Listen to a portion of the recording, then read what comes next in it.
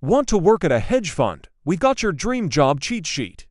We break down everything you need to know in 60 seconds.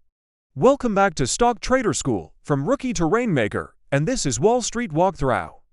Ever wonder why some hedge funds fail while others thrive? Today we take you inside the operations of a modern hedge fund and show what makes or breaks them. A hedge fund isn't a magic machine, it's a business with real pressure.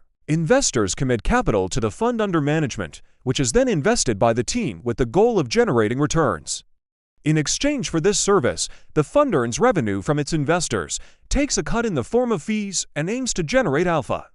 Alpha is the return above and beyond a benchmark index like the S&P 500. For example, if the market goes up 10% in a year and your portfolio outperforms that by 2%, you've generated 2 percentage points of alpha. Alpha is king. That's what separates successful funds from failure. And it's not easy to generate. So how exactly do funds make money? There are 3 main revenue streams to keep track of. First, there's management fees, basically a flat fee paid by the client for managing their assets. This is usually a percentage of the assets under management, or OM, and is charged quarterly. So let's say you manage $10 billion and charge a 2% management fee. You would earn $20 million every quarter just for showing up. Next, there's the performance fee. This is based on the fund's overall return.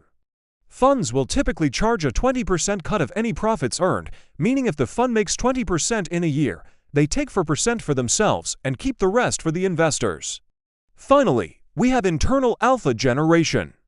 When the fund invests your money, they're investing to beat the market, meaning they want to generate alpha internally. After all, no one likes paying fees to underperform. They can use this alpha to both increase the value of the assets under management and boost that performance fee we mentioned earlier. So if the fund has $10 billion under management and earns 5% more than the market, they would earn an extra $500 million in profit and pay out 20% of that to investors, or $100 million in performance fees. Not bad for a good year. Now that we have revenue covered, let's take a look at the team structure.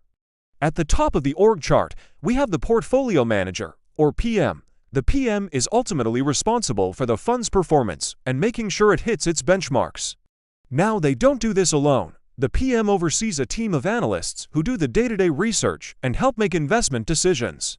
These analysts are split into different sectors, such as tech, healthcare, consumer staples, and so on. Each analyst covers the companies within their sector, researches potential investments, and creates reports to present to the portfolio manager. The analysts are supported by the Quant team, whose job it is to build models and run tests on potential investments. If the Quant team finds that an investment opportunity seems promising, they will alert the analysts, who will then investigate further. Analysts may also reach out to company management directly to ask questions or get more information. Basically, the analyst team is the engine of the hedge fund, always looking for the next big opportunity. The portfolio manager steers the ship based on their input. But this doesn't mean the PM is hands-off. Oftentimes, they will develop the overarching investment strategy that the entire team follows. So while the analyst team might be looking for the next big stock to invest in, the PM might be taking a step back and evaluating the overall market conditions to see if this is even the right move right now. The PM will also meet with investors and communicate the fund's performance and strategy.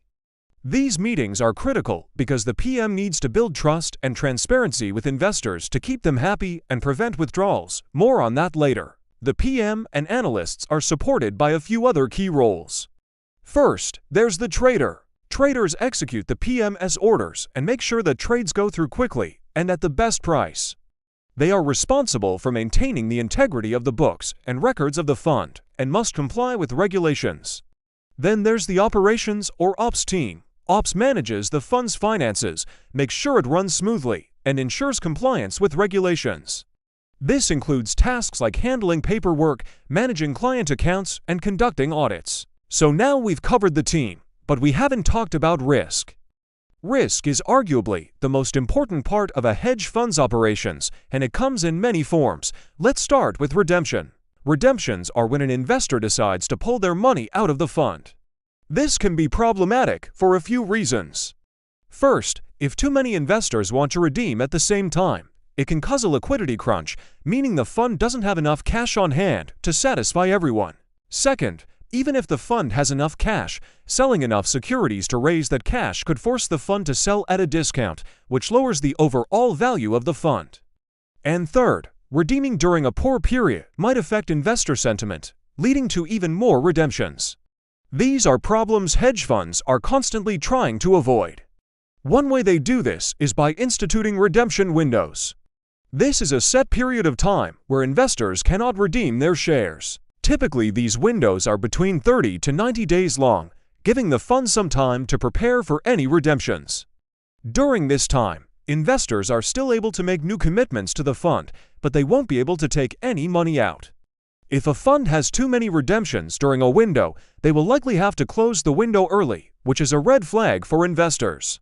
Once a window closes, investors must wait until it reopens to either put more money in or take money out. If a fund closes its window early, investors may become nervous and start redeeming their shares, which puts even more pressure on the fund.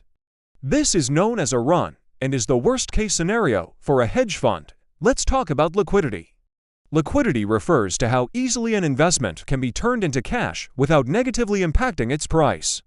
If an investment is liquid, it can be bought or sold quickly without affecting its price. For example, shares of Apple stock are very liquid. On the other hand, if an investment is illiquid, it cannot be bought or sold quickly without significantly impacting its price. For example, real estate is not very liquid. Since hedge funds often invest in a variety of liquid and illiquid assets, they must carefully manage their portfolios to ensure they have enough cash on hand to cover any redemptions. Finally, we have regulatory friction. Regulators require funds to hold a certain amount of liquid assets, meaning they can't invest in super illiquid assets or they won't have enough cash on hand to cover redemptions. Funds are also required to disclose their holdings on a regular basis. This is designed to prevent funds from engaging in risky behavior and to ensure they are following the rules. And that's all we have time for today, so hit the subscribe button so you never miss an update. Thanks for watching. See you next Wednesday.